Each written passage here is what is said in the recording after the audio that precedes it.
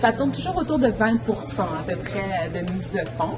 Par contre, c'est important de préciser que c'est pas nécessairement l'entrepreneur qui doit avoir le 20 au total parce qu'il existe des programmes pour compléter cette mise de fonds. Entre autres, il y a le programme Jeunes Promoteurs qui va venir, vraiment c'est une subvention à l'entrepreneur pour qu'il l'injecte dans son entreprise. Et il y a aussi maintenant des programmes, entre autres, avec le ministère du Développement économique, Innovation et Exportation. Le fonds FTQ. Donc, ils ont mis sur pied un prêt d'honneur pour les pour un prêt personnel aux entrepreneurs pour qu'ils puissent investir dans leurs projets. Donc, ils peuvent avoir seulement 10 de mise de fonds, complété avec un 10 supplémentaire avec les autres programmes qui existent. C'est une question qu'on pose souvent. Puis, le monde, quand il pose la question, je pense qu'on s'attend toujours à dire est-ce qu'il y a un chiffre magique en quelque part qui existe, puis on se dit voici le montant qu'on a besoin pour faire l'acquisition. C'est vraiment différent d'un cas à l'autre. Je dirais que par expérience, moi personnellement, quand la mise de fonds est moins que 20 de la valeur d'une transaction, ça devient difficile encore là d'intéresser d'autres partenaires financiers à embarquer dans le projet. Mais encore là, le 20 est-ce que ça s'applique de la même manière, de manière uniforme à tous les projets? C'est pas une règle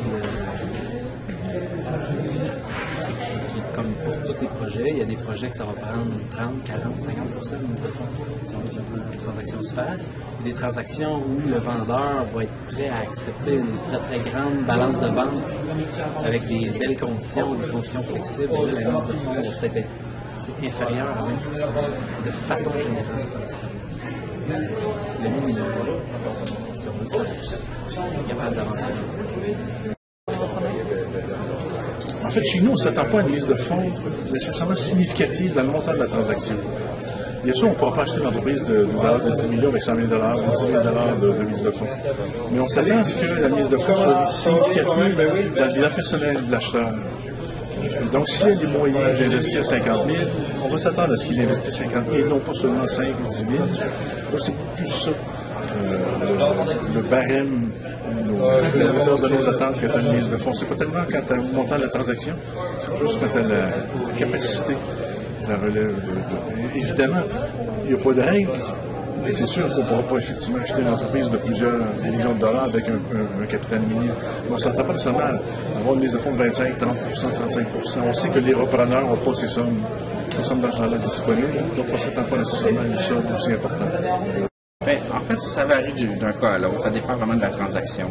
Ce qui est important, c'est d'avoir une transaction équilibrée, qu'il y ait une certaine mise de fonds, une certaine balance de vente. On ne peut pas s'attendre à ce que les banques fassent 100% de financement. Je pense que c'est pas vraiment possible. Mais par contre, c'est souvent une question d'équilibre. Ça dépend aussi du prix qui est payé. Évidemment, si l'entreprise est à bon prix, une bonne balance de vente, on peut peut-être accepter qu'il y ait une mise de fonds plus restreinte. Par contre, dans d'autres cas, ça va prendre un petit peu plus élevé, mais c'est toute une question d'équilibre. C'est une question où il n'y a pas vraiment de réponse, je pourrais dire. Ça dépend des cas. C'est sûr que ce qu'on recherche, c'est un partage de risque. Ça veut dire soit qu'il y en a une portion qui est faite par l'acheteur ou les acheteurs sous forme de mise de fonds. Il peut y avoir une balance de prix de vente de la part du vendeur. Il peut y avoir d'autres partenaires financiers dans la transaction. Alors, l'important, c'est de voir, selon la transaction qui est présentée, d'avoir un juste équilibre entre tous les financiers, finalement. Mais c'est sûr que l'implication de l'acheteur est importante, qu'elle soit sous forme financière ou autre. Mais c'est important qu'il y ait un engagement aussi. Donc, mais c'est un bon partage, un équilibre qu'on recherche.